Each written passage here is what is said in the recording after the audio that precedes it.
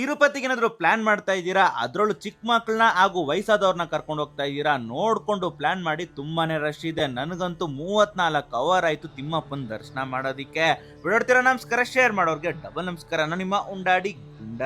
ನಾನು ತಿರುಪತಿಗೆ ಹೋಗಿದ್ದು ಮಾರ್ಚ್ 16ನೇ ತಾರೀಕು. ಬರೀ ದರ್ಶನ ಟಿಕೆಟ್ ತಗೊಳ್ಳೋದಕ್ಕೆ 8 ಅವರ್ ಕ್ಯೂ ಅಲ್ಲಿ ನಿಂತಿದ್ದೀನಿ. ಅಷ್ಟೊಂದು ರಶ್ ಇತ್ತಾ ಅಂತ ಅಂದ್ರೆ 2:30ಗೆ ನಾವು ತಿರುಪತಿಗೆ ರೀಚ್ ಆದ್ವಿ. ಅಲ್ಲಿರೋ ಪೊಲೀಸ್ನ ಕೇಳಿದಾಗ ಇಲ್ಲಿ 5 ಗಂಟೆಗೆಲ್ಲ ಟಿಕೆಟ್ ಕೊಡ್ತಾರೆ ಅಂತಂದ್ರು. 3 ಗಂಟೆಗೆ ಕ್ಯೂ ಅಲ್ಲಿ ಹೋಗಿ ನಿಂತ್ಕೊಂಡ್ವಿ.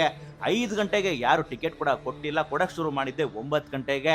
ಅಲ್ಲಿದ್ದ ರಶ್ಕಿನ ಟಿಕೆಟ್ ಕೊಡೋ ಟೈಮು ಲೇಟ್ ಆಯಿತು. 5 ಗಂಟೆಗೆ ಕೊಡ್ತೀನಿ ಅಂತ ಹೇಳಿ 9 ಗಂಟೆಗೆ ಟಿಕೆಟ್ಗಳನ್ನ ಕೊಟ್ರು. ಆ ಗ್ಯಾಪ್ ಅಲ್ಲಿ ತುಂಬಾ ಜನಕ್ಕೆ ವಾಶ್ರೂಮ್ ಎಲ್ಲ ಅರ್ಜೆಂಟ್ ಆಗಿ ಕಂಪಾರ್ಟ್ಮೆಂಟ್ ಎಗ್ರಿ ವಾಶ್ರೂಮ್ಗೆ ಹೋಗೋ ಪರಿಸ್ಥಿತಿ ಬಂತು. ಇಷ್ಟೊತ್ತವರೆಗೂ ನಿಂತಿದ್ದಕ್ಕೆ ದರ್ಶನ ಟಿಕೆಟ್ ಆದ್ರೂ ಸಿಕ್ತಲ್ಲ ಅಂದ್ಬಿಟ್ಟು ಟಿಕೆಟ್ ನ ನೋಡಿದ್ರೆ 16ನೇ ತಾರೀಕಿಗೆ ನಮಗೆ ದರ್ಶನ ಇರಲಿಲ್ಲ. 17ನೇ ತಾರೀಕು ಸಂಜೆ 6 ಗಂಟೆಗೆ ದರ್ಶನ ಟೈಮಿಂಗ್ಸ್ ನ ಕೊಟ್ಟಿದ್ರು. ಅದನ್ನ ನೋಡಿ ನಾನು ಶಾಕ್ ಆಗೋದೆ. ಅಲ್ಲಿರೋ ಮ್ಯಾನೇಜ್ಮೆಂಟ್ ಮೇಲಂತೂ ತುಂಬಾನೇ ಬೇಸರ ಆಯ್ತು. ಏನ್ ಕೇಳಿದ್ರು ಕರೆಕ್ಟ್ ಆಗಿ ಹೇಳಲ್ಲ. ಯಾಕೆ ಅಂತ ನನ್ಗೂ ಕೂಡ ಗೊತ್ತಿಲ್ಲ. ನಾನು ಅದ್ರಲ್ಲೂ ಕನ್ನಡದವ್ರು ಅಂತ ಅಂದ್ರೆ ಗುರು ಅನ್ಕೊಂಡೇ ಬರ್ತಾರೆ. ಏನಾದ್ರು ತಪ್ಪಾಗಿ ಮಾತಾಡಿದ್ರೆ ಕ್ಷಮಿಸಿ. ನನ್ಗಾದ ಅನುಭವನ ಹಂಚ್ಕೊಂಡಿದ್ದೀನಿ. ನಾನು ಕೂಡ ನಮ್ಮ ತಂದೆ ತಾಯಿನ ಕರ್ಕೊಂಡು ಹೋಗಿ ಅಲ್ಲಿ ಬೇಜಾರಾಗಿರೋ ಸಂಗತಿನ ನಿಮ್ಮ ಹತ್ರ ಹಂಚ್ಕೋತಾ ಇದ್ದೀನಿ ಅಷ್ಟೇ. ಯಾಕಂದ್ರೆ ನೀವು ಕೂಡ ನಿಮ್ ತಂದೆ ತಾಯಿನೋ ಮಕ್ಕಳನ್ನ ಕರ್ಕೊಂಡು ಹೋಗ್ಬೇಕು ಅಂತ ಪ್ಲಾನ್ ಮಾಡ್ತಾ ಇದ್ದೀರಾ. ಈಗಿರೋ ರಶ್ ಅಲ್ಲಿ ನೋಡ್ಕೊಂಡು ಪ್ಲಾನ್ ಮಾಡ್ಲಿ ಅಂತ ಇರಿ. ಇನ್ನ ಹೋಗ್ಲೇಬೇಕು ಅಂತ ಇದ್ರೆ ತಿಮ್ಮಪ್ಪನ ಮೇಲೆ ಭಾರ ಹಾಕಿ ಹೋಗಿ. ನಾವು ಕೂಡ ತಿಮ್ಮಪ್ಪನ ಮೇಲೆ ಭಾರ ಹಾಕಿ ಓದಿ ಒಳ್ಳೆ ದರ್ಶನ ಅಂತೂ ಆಯ್ತು.